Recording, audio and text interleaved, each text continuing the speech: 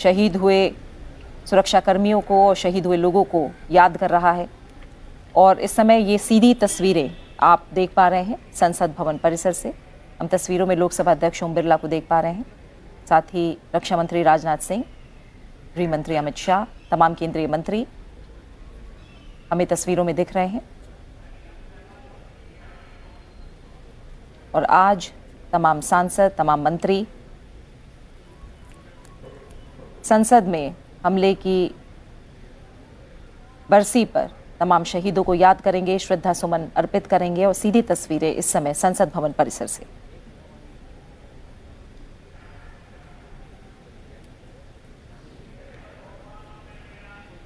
आज संसद पर हुए हमले की 21वीं बरसी है। आज ही के दिन 2001 में विश्व के सबसे बड़े लोकतंत्र के मंदिर में आतंकी हमला किया गया था और हमले के वक्त संसद में करीब 100 सांसद मौजूद थे।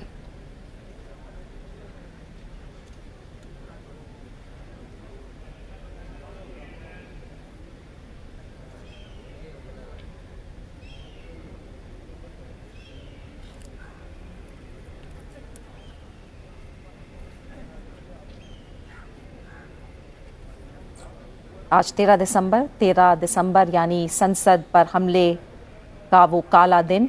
21 साल पहले आज ही के दिन विश्व के सबसे बड़े लोकतंत्र के मंदिर में हमले की नापाक साजिश रची गई थी। और इस हमले में शहीद हुए लोगों को श्रद्धा सुमन अर्पित करने के लिए तमाम सांसद संसद भवन परिसर में मौजूद हैं। राकेश शुक्ला जी, ये काला दिन, लेकिन हम जानते हैं कि किस तरह से हमारे जाबाजों ने इस नापाक हमले को नाकाम किया था। निश्चित तौर पे ये बहुत दुखद घटना थी और मुझे लगता है कि संसद पे उस समय पर आतंकवाद अपने चरम पे था और आतंकवादियों की तरफ से जो संसद भवन में हमला का प्रयास किया गया, वो कुल मिला के एक पूरे अंतर्राष्ट्रीय स्तर पर ये मैसेज देने की कोशिश की गई थी कि भारत की आंतरिक स्थितियाँ काफ़ी कमज़ोर हैं। लेकिन उनके इस मंसूबे को हमारे देश के वीर जवानों ने पूरी तरह से विफल किया और आतंकवादी जिस उद्देश्य को लेकर संसद भवन परिसर में घुसे थे, उनका वो उद्देश्य फलीभूत नहीं हुआ और वो वहीं पे ढेर हो गए। और उसी के चलते आप देखिए सने सने देश में आतंकवाद के पैर पूरी तरह से काट दिए गए हैं और आज आतंकवादी इस देश में हमला करने से घबराने लगे। संसद पर हमले की 21वीं बरसी, सुरक्षा कर्मियों ने इस हमले को नाकाम कर दिया था। तमाम सांसद, अलग अलग दलों के तमाम नेता, तमाम सांसद आज शहीदों को श्रद्धा सुमन अर्पित करने के लिए संसद भवन परिसर में मौजूद हैं। 2001 में हुए हमले ने पूरे देश को स्तब्ध कर दिया था और हम जानते हैं कि संसद का शीतकालीन सत्र उस समय चल रहा था। तमाम जो मीडिया कर्मी थे वो भी संसद भवन परिसर में मौजूद थे और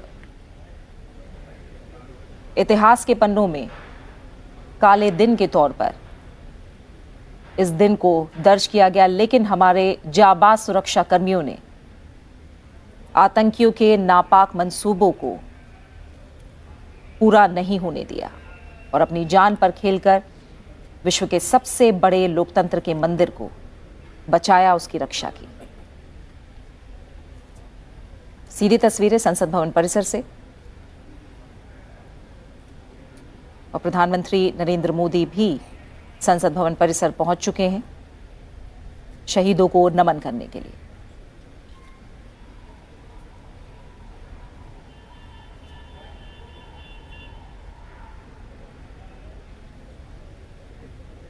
प्रधानमंत्री नरेंद्र मोदी, रक्षा मंत्री राजनाथ सिंह, गृह मंत्री अमित शाह, लोकसभा अध्यक्ष ओम बिरला, राज्यसभा के उपसभापति हरिवंश, हम सभी को तस्वीरों में देख पा रहे हैं। तमाम मंत्री, प्रधानमंत्री, तमाम सांसद, अलग अलग दलों से जुड़े हुए सभी इस समय संसद भवन परिसर में इकट्ठा हुए हैं। संसद पर हमले की 21वीं बरसी, शहीदों को नमन करने के लिए तमाम सांसद।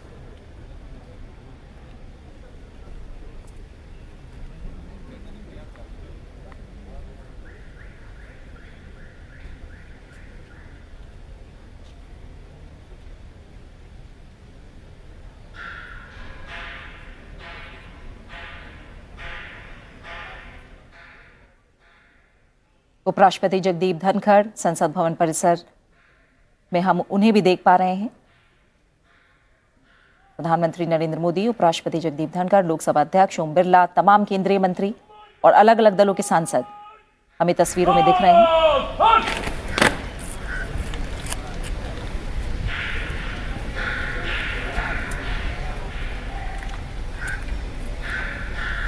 यह श्रद्धांजलि समारोह उन शहीदों के याद में आयोजित किया जा रहा है जिन्होंने 13 दिसंबर 2001 को भारतीय संसद पर हुए आतंकवादियों के आक्रमण को विफल करते हुए अपने प्राणों की आहुति दी और भारतीय प्रजातंत्र की रक्षा की। हमें अशोक चक्र से सम्मानित शहीद जगदीश प्रसाद यादव, शहीद मातबर सिंह नेगी, शहीद कमलेश कुमारी, कीर्ति चक्र से सम्मानित शहीद नानक चंद, शहीद रामपाल, शहीद ओम प्रकाश, शहीद विजेंद्र सिंह, शहीद घनश्याम और CPWD के कर्मचारी शहीद देशराज की शहादत पर गर्व है। इन सभी शहीदों को हम श्रद्धापूर्वक नमन करते हैं। अब पार्लियामेंट ड्यूटी ग्रुप CRPF की सम्मान गार्ड शहीदों के सम्मान में सलामी देगी। सम्मान गार्ड शहीदों को सलामी देंगे। सलामी जय।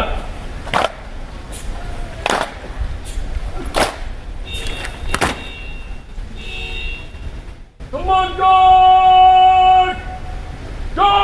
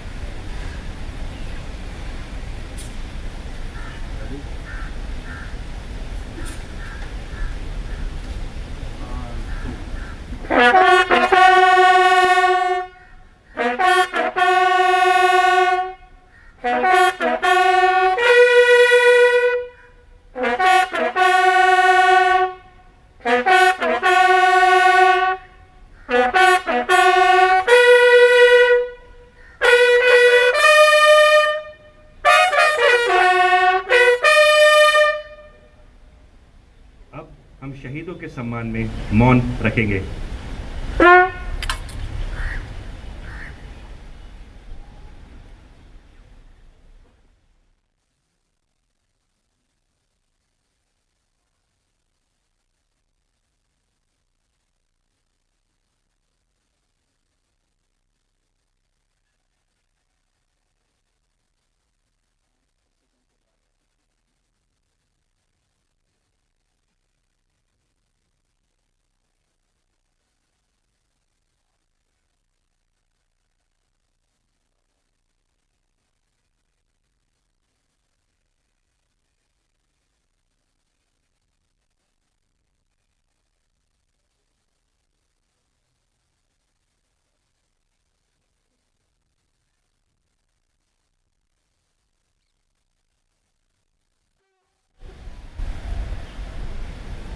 सम्मान गार्ड सलामी जय।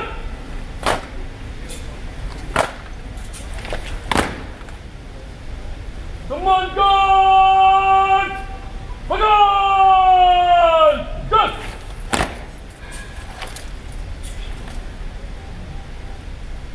अब सभी गणमान्य जन अमर शहीदों के सम्मान में पुष्पांजलि अर्पित करेंगे।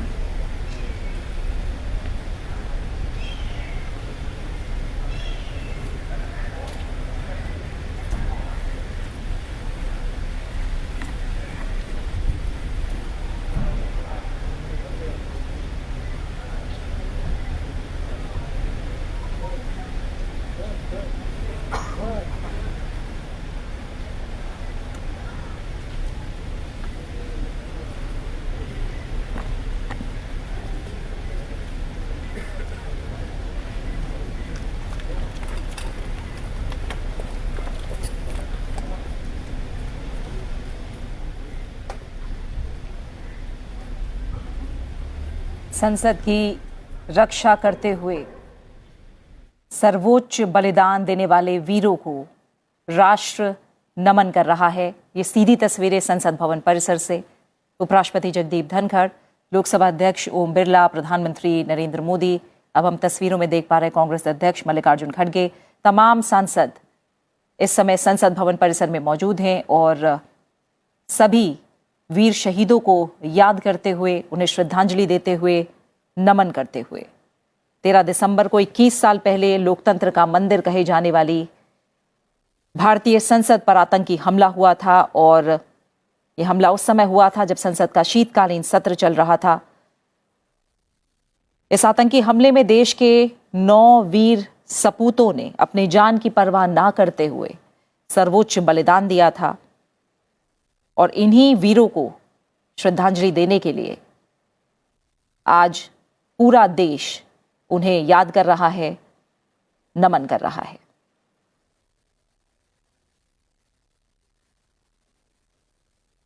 सुजीत जी, जैसे राकेश जी ने भी कहा कि उस समय जो आतंकवाद था वो अपने चरम पर था और हम जानते हैं कि इस हमले के बाद किस तरह से भारत ने जो आतंकवाद को लेकर एक मजबूत स्टैंड है वो दुनिया के सामने क्लियर किया और हम जानते हैं वो विदेश नीति के लेवल पर हो, कूटनीति के लेवल पर हो और आतंकवाद के खिलाफ अपनी आवाज मुखर करने के बाद अगर अलग अलग मंचों पर हो, अपनी आंतरिक सुरक्षा को मजबूत करने की बात हो, वो कई फोल्ड बढ़ी है उसके बाद। बिल्कुल, देखिए उससे कई साल पहले से ही भारत आतंकवाद का ये रहा है, विक्टिम रहा है और जितने भी इंटरनेशनल प्लेटफॉर्म में भारत ये बात को कह रहा था, लेकिन जब सितंबर 11 2001 को जब वर्ल्ड ट्रेड सेंटर पे हमला हुआ तब जाके दुनिया में इस बारे में गंभीरता से इस पे विचार होने लगा है। और अभी जैसे राकेश बता रहे थे कि अभी हमारा इंटरनल सिक्योरिटी काफ़ी मजबूत है। अभी हम लोग एक पहले जो जम्मू एंड कश्मीर हो, पंजाब हो और नॉर्थ ईस्ट में हो, जो इंटरनल सिक्योरिटी का जो सिचुएशन था वो आज नहीं है। आज एक उभरता पावर, एक रीजनल एंड ग्लोबल पावर बन रहा है भारत, तो इसमें हमारा इंटरनल सिक्योरिटी स्ट्रांग होना बहुत ज़रूरी है और स्ट्रांग है भी आज। और ग्लोबल प्लेटफॉर्म में अभी देश सब सारे देश भी ये देख रहे हैं कि भारत में अभी जो सिचुएशन है इंटरनल सिक्योरिटी के लिए तो ये काफ़ी स्ट्रांग है।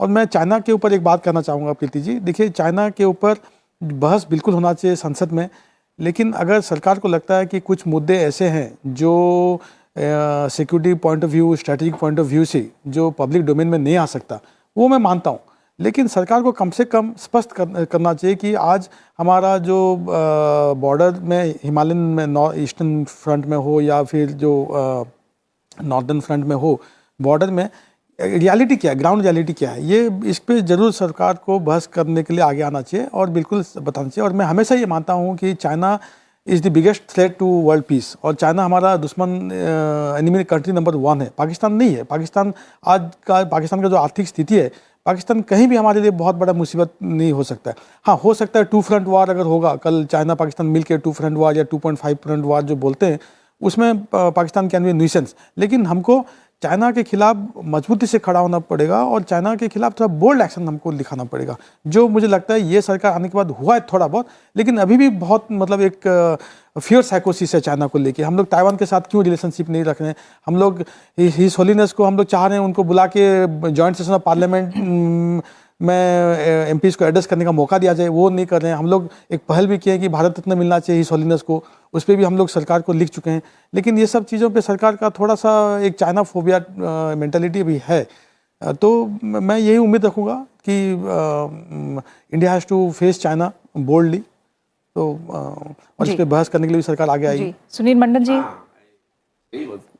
सही बोला, बहुत अच्छा बोला। जे चाइना द इंडिया माने नंबर 1 एनिमी। चाइना को भी जो पाकिस्तान को इन्फ्लुएंस करता है, जो इंडिया के साथ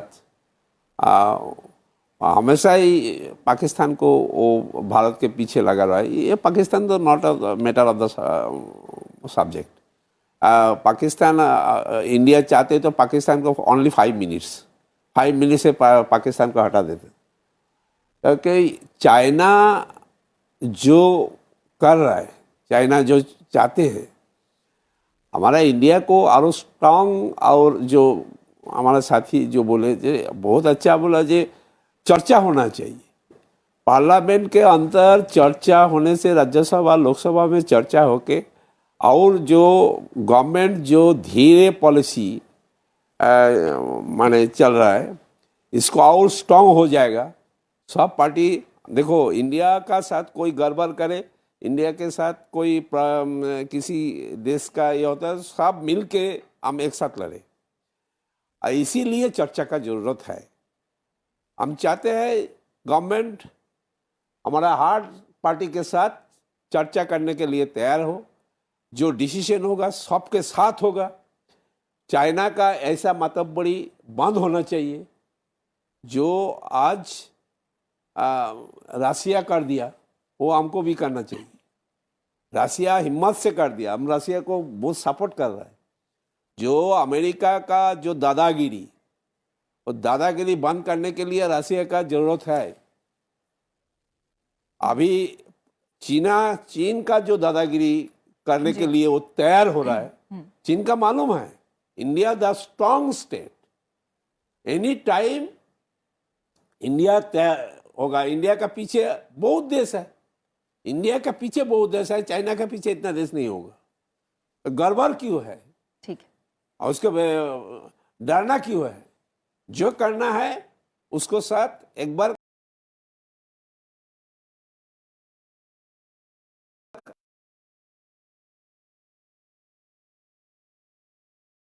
मैं आपका संसद टीवी से अनुरोध करता हूं, जो चाइना का पूरा गुड्स को हटाओ देश से, कोई खरीद नहीं करे, तो उसको मालूम हो जाएगा इंडिया में जो बिजनेस वो कर रहा है, और जो उसका जो बिजनेस पॉलिसी, आज चाइना बिजनेस पॉलिसी से ऐसा कर रहा है, उसको बिजनेस पॉलिसी खत्म होना चाहिए, खत्म होना चाहिए। इंडिया कर सकता है, इंडिया तैयार है।